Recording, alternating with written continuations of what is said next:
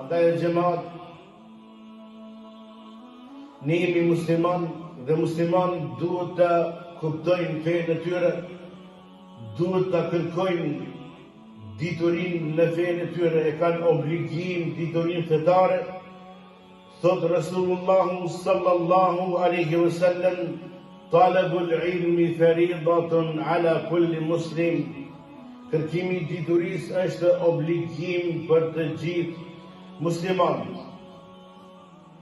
Prandaj i shohim muslimanët nuk falen, nuk e përkujtojnë Allahun, nuk e lexojnë librin e Allahut.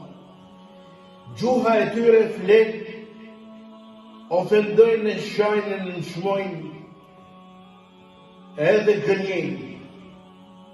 Këta persona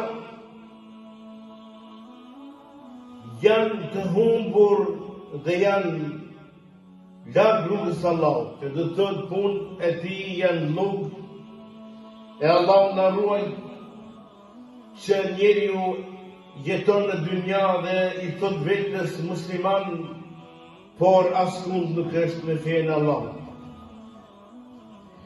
Ky njeri i cili nuk falet, nuk e përkujton Allahun, nuk lexon, nuk studion, nuk pyet, nuk e lexon Kur'anin, në anën e kundërt ofendon e shan, i nënçmon njerëzit, bën gjibet e gënjen.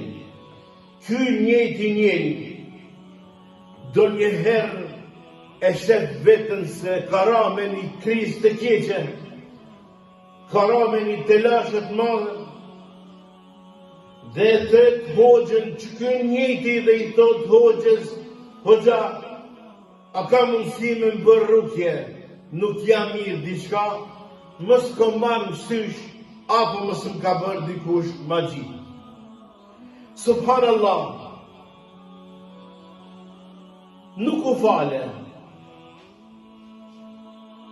nuk lexon Kur'an, nuk studion për fe, nuk t'intereson, nuk pyet, nuk e përkujton Allahun, nuk e din ndoshta shahadetin. Anën tjetër është i vrajë, është i pa edukuar, gënjen, ran, ofendon, nënçmon, vetëm për e din që kur i ka punët jo mirë me dynjan, kur nuk e ndjen vetën mirë, thot, hoxha, a ki mundësi me më bërë rukje. Për e din rukje që përdu kam i ba, edhe për e din që hoxha mi lexu Kur'an, ga se ka mundësi me ma mësysh, apo i ka bërë dikush magji. Jo vëllai jo, jo vëllai jo.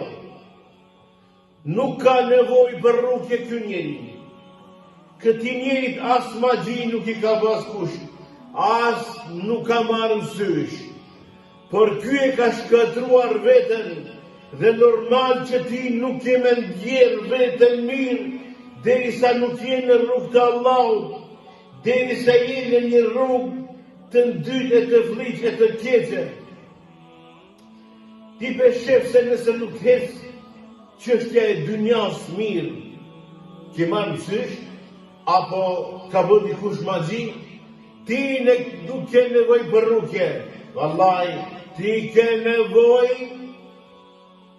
për pendim të sinqert.